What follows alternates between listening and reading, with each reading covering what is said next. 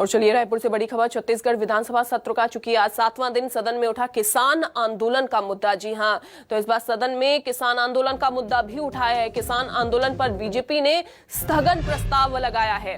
वहीं आपको बता दें कि किसान की मौत आंदोलन में शामिल होते वक्त हुई है, ये कहा गया है विपक्ष की ओर से। 2018 में कांग्रेस ने आंदोलन को समर्थन किया था, आंदोलन का समर्थन किया गया था कांग्रेस की ओर से। ये भी बीजेपी ने कहा।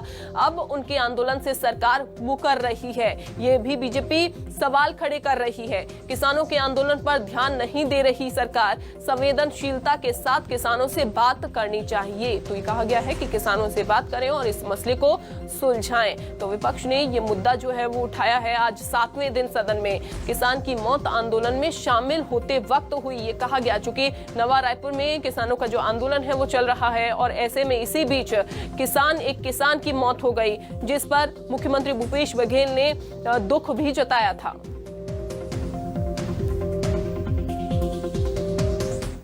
और चलिए सीधा रुख करते हैं, रेजिडेंट एडिटर आशीष तिवारी हमारे साथ जुड़ गए हैं। आशीष, किसान आंदोलन का मुद्दा चूंकि आज सदन में गूंजा है, तो उसको लेकर अब क्या यहां पर सरकार की तरफ से पक्ष रखा जाएगा और साथ ही क्या कोई कार्रवाई इसमें हो सकती है, क्या बातचीत तो हो सकती है?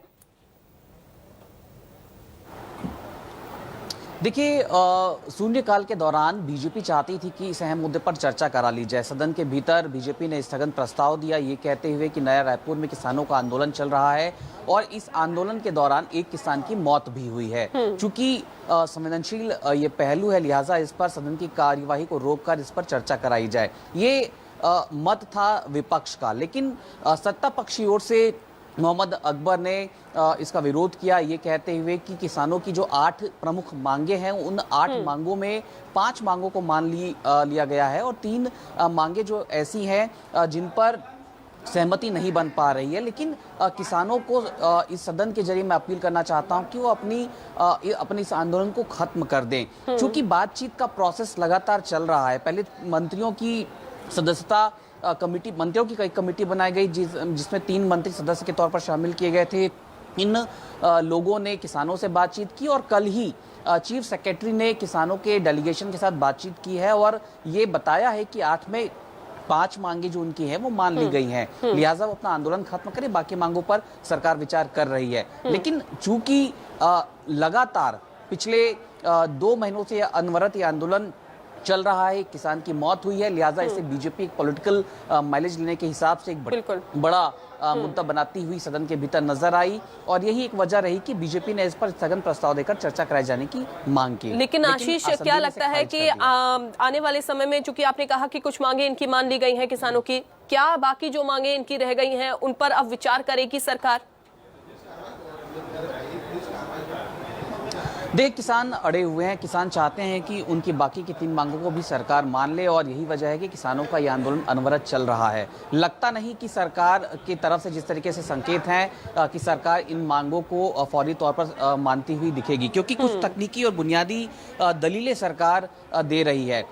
आज भी जब सदन के भीतर ये मसला उठा तब मोहम्मद अकबर जो कि मंत्री हैं, उन्होंने ये कहते हुए तमाम पहलुओं को खारिज करने की कोशिश की कि बीजेपी सरकार के वक्त इन विषयों की बात रखी गई थी और तमाम जो मांगे इस वक्त किसानों की तरफ से आ रही है वो तब की ये उपज है। जनरली जो मसले हैं उस पर सरकार सहमत है और आंदोलन जो किसान कर रहे हैं, इस आंदोलन के जरिए जो मांगे उठाई गई हैं उस पर सरकार सहमत है और 5 मांगे ऐसी हैं जिन पर हम सहमति दे सकते हैं और मांगों को मान भी लिया गया है। लेकिन 3 मांगों को लेकर फिलहाल स्थिति स्पष्ट सरकार की तरफ से नहीं है। हालांकि ये मसला खत्म होता नजर नहीं आ रहा। सड़क पर जहां पर किसान आंदोलनरत हैं वो आंदोलन अब भी चल रहा है और सदन के भीतर विपक्ष एक बड़े पॉलिटिकल मुद्दे के तौर पर इस पर चर्चा कराई जाने की मांग करती दिख रही है।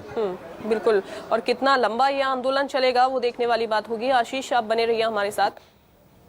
एक और खबर का रुख करते हैं। चूंकि छत्तीसगढ़ विधानसभा सत्र का 7वां दिन आज है, अनुदान मांग पर विधायक मोहन मरकाम का एक बयान सामने आया है। रमन सरकार के दौरान 15,000 किसानों ने खुदकुशी की है। जी हां, यह बड़ा बयान उनकी तरफ से दिया गया है। बीजेपी के नेता कांग्रेस के बनाए स्कूलों में पढ़े हैं। आज राज्य में सुखद बदलाव हो रहा है। वहीं ये भी कहा कि आज राज्य में सुखद बदलाव हो रहा है। कृषि क्षेत्र में 114% की बढ़ोतरी हुई है। मोहन मरकाम की तरफ से ये कहा गया है।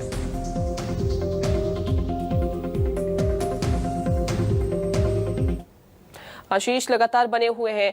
आशीष, ये बड़ा बयान यहां पर मोहन मरकाम की तरफ से दिया गया है और साथ ही ये भी कहा गया कि कृषि क्षेत्र में लगातार बढ़ोतरी हो रही है।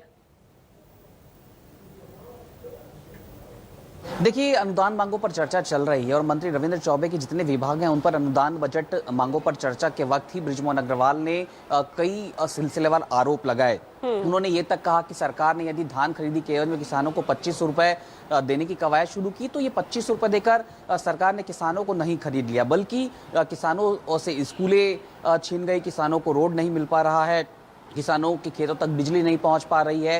ये तमाम एलिगेशन बृजमोहन अग्रवाल की तरफ से लगाए गए। लेकिन अनुदान मांगों पर जब समर्थन में बोलने के लिए मोहन मरकाम खड़े हुए सदन के भीतर, तब मोहन मरकाम ने प्रतिकार किया उन तमाम आरोपों का जो बृजमोहन अग्रवाल ने लगाए थे।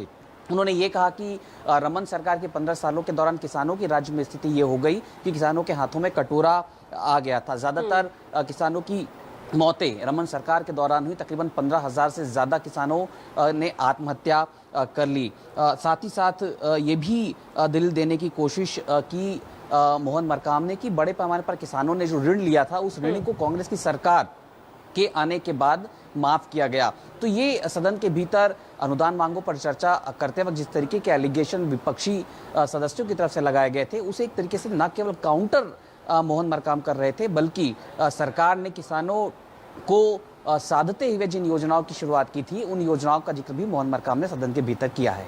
बिल्कुल, बहुत शुक्रिया आशीष आपका जुड़ने के लिए, जानकारी देने के लिए।